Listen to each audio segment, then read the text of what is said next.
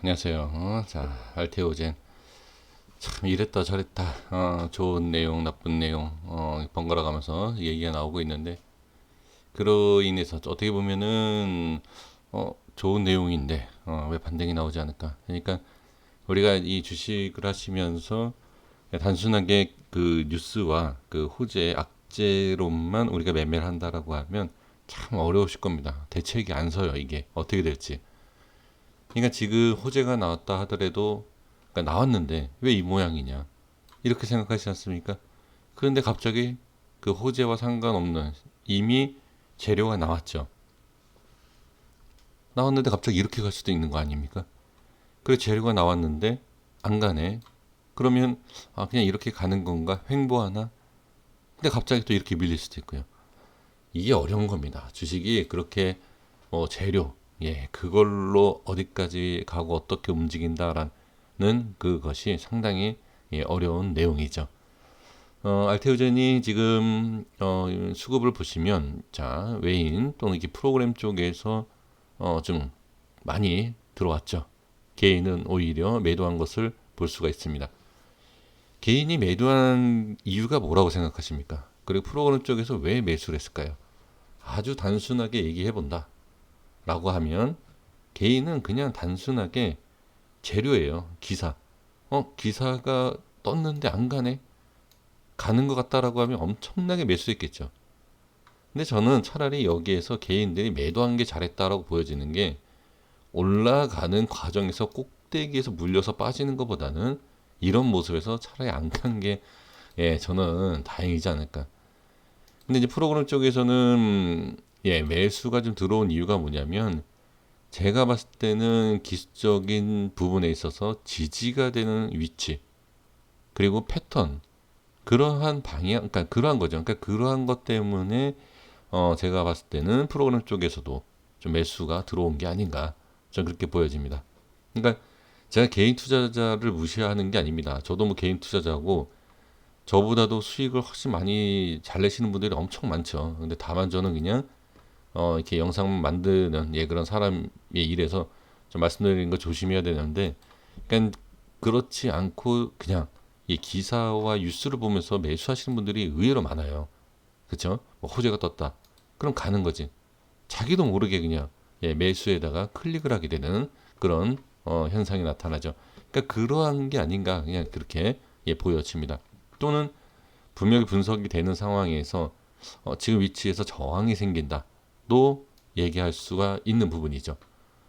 자, 이 수급을 보면서 이 움직임에 대한 부분은 반드시 확인을 하시는 것이 상당히 좋습니다.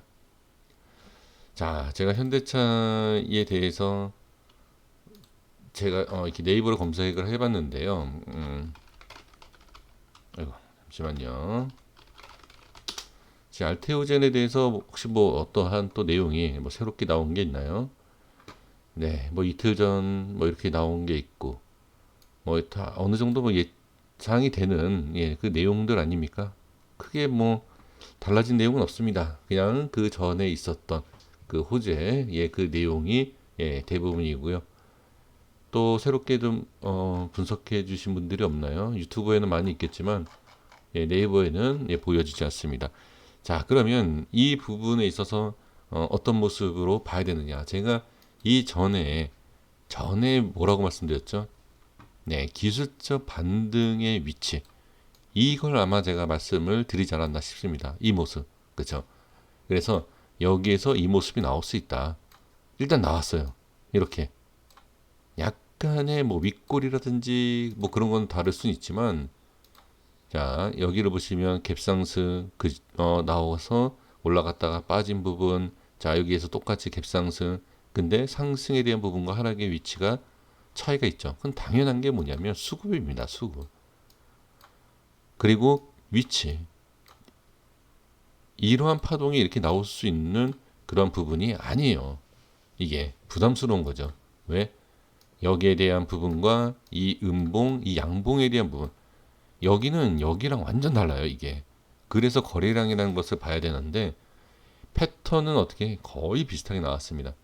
그리고 여기에 대해서 이게 안 나왔죠. 이거는 왜 다르냐? 똑같습니다. 똑같은 내용이에요. 뭐가 똑같냐? 거래량에 대한 부분이 여기서 충분히 올려서 이렇게 들어 올리는 자리고요. 여기는 이게 안 된다는 거죠. 지금 이러한 상황에서 이 모습이 나와서 말씀드리는 게 아니라 이 거래량을 보시면 돼요. 거래량. 이런 거. 이걸 보시면 이 차트에 대한 그래프, 이 캔들만 봤을 때 올라갈 수 있는 거 아니야 라고 하지만 이렇게 지금 같이 확인해 보시면 약간 좀 부담은 스럽겠구나. 그러니까 악재가 호재로 바뀐다 하더라도요. 이 수급이라는 게 제대로 붙지 않는다. 그리고 붙는다 하더라도 누르는 힘이 많으면 올리는 건 부담스럽죠. 어떻게 보면 이 악재가 호재로 나온 이 내용들이 올리려고 한다. 그러니까 지금 모습으로 말씀드리는 거고 다음 주에는 뭐 급등이 나올 수도 있고 그쵸? 뭐 그렇게 있을 수 있지 않겠습니까? 근데 저는 이제 제 의견들, 그러니까 제 생각을 이제 말씀을 드리는 거니까 지금 상황에서 본다라고 하면 저는 상승에 대한 부분보다도 밀지 않으려고 하는 부분이 분명히 있다. 그러니까 뭐냐? 자, 이렇게 말씀드리면 알테오젠이 정리가 된다. 또 이렇게 오해하실 수가 있지만 그냥 좀 편하게 그냥 좀 말씀드리겠습니다. 지금 이렇다라고 하면 자, 밀리지 않는 것만 일단 원하는 기사? 자, 올린다라는 것보다는 밀지 않겠다. 그러니까 결론이 뭐냐? 여기에서 정리를 해야 되는 부분 물량이 전 있지 않냐? 예. 자, 이게 이해가 되시나요? 그러니까 어떻게 제가 표현을 해야 될지는 모르겠습니다만, 그러니까 장사를 하시는 분이다. 장사를 해야 되는데, 자, 이게 표현이 맞을지 몰라요. 장사를 해야 되는데 이 물건을 좀 싸게 팔기가 좀 그래요.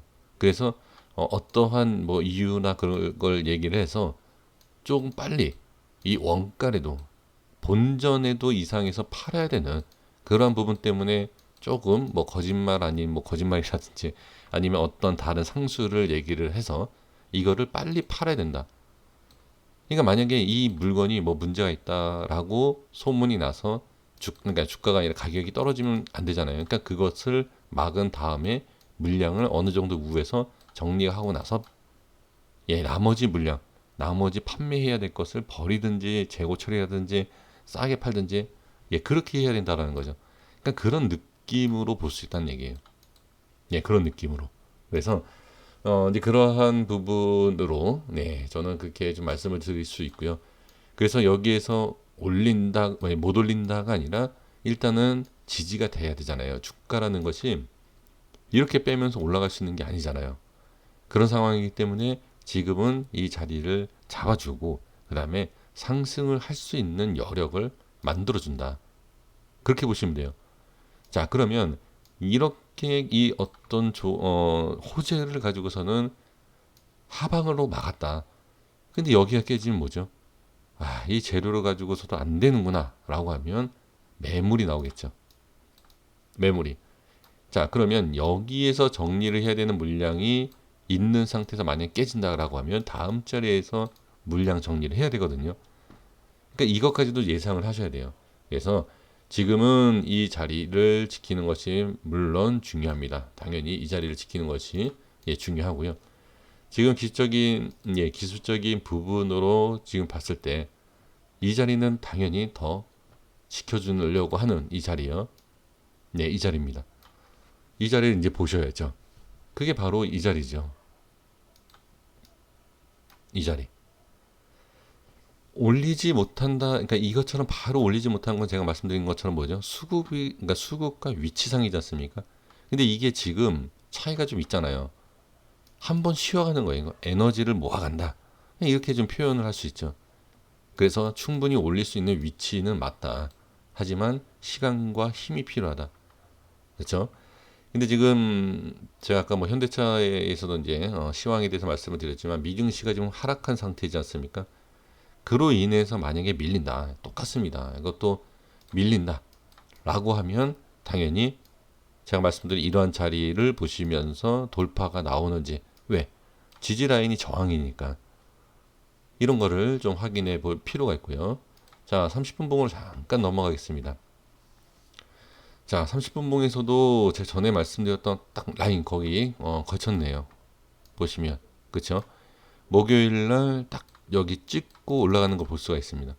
그러면 다음에 자, 다음에도 어떻게 개파락이 나오는 자리, 개파락이 꼭 나온다라고 볼 수는 없어요. 지금 미증시가 막 하락한다라고 해서 국내 증시가 막 빠지는 거 아니거든요. 그건 지켜봐야 되는 겁니다. 상당히 뭐 이렇게 겁을 좀 주시는 분들이 좀 계시는 것 같은데 저는 그렇게 걱정이 되진 않거든요. 그러니까 많이 빠지더라도 종목마다 좀 차이가 있기 때문에 그래서 대응만 잘하시면 됩니다. 알테오젠도 이 밑으로 빠진다라고 하면 이런 자리를 확인해 주시는 것이 좋고요. 그럼 다음에 이 자리가 지지가 된다라고 하면 여기 이렇게 저항이 생겨서 다시 돌파가 나오느냐. 그러니까 이런 모습을 보시면 돼요. 이렇게 이런 식으로 저항이 생기냐, 다시 돌파가 나오느냐. 30분 봉에서는 이런 식으로 확인하시면 가장 좋습니다. 그리고 너무 불안해하지 마시고요. 이런 자리가 하나씩 깨진다. 저는 자 이제 여기서 이제 개인적인 의견 이제 말씀을 드려야 되겠죠. 저는 이 자리가 깨지면 부분 손절입니다. 다시 올라간다 하더라도요. 그러니까 대부분 개인 투자자분들은 올라갈 것을 예상하고 그리고 손절 치면 올라가는 경우가 많잖아요. 근데 저는 그것을 전혀 생각하지 않거든요. 이건 그냥 제 개인적인 의견인 것이니까 그냥 말씀만 드려보는 겁니다. 저는 이 자리가 빠지면 어떻게 손절입니다. 그리고 나서 좀 지켜볼 것 같아요. 이게 제 의견입니다. 그럼 26만 원이거든요. 일봉상에. 자, 일봉상에 26만 원이면 제가 설정해드린 이 라인대네요.